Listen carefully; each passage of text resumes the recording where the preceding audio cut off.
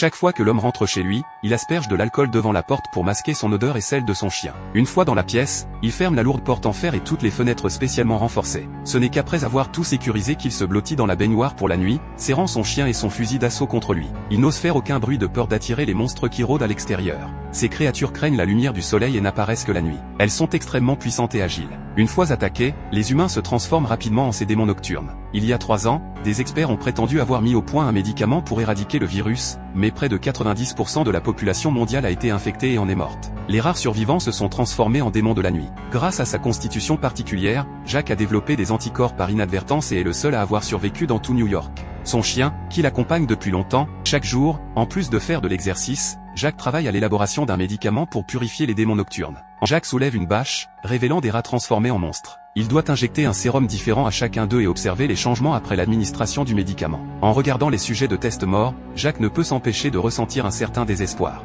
Il remarque que les yeux de l'un des rats sont devenus limpides et que son agressivité a considérablement diminué. Cela redonne à Jack un peu d'espoir dans ses recherches. Pendant la journée, il sort avec son chien pour chercher de la nourriture. Dans cette immense ville, il est complètement seul. Par ennui, il engage la conversation avec des mannequins et met en scène une famille de 3 personnes faisant du shopping. Il fait même semblant de rencontrer une fille par hasard et prend un air timide. Pendant son temps libre, il monte à bord d'un navire de guerre et joue au golf sur l'avion. Cependant, cette fois-ci, son chien sent que quelque chose ne va pas.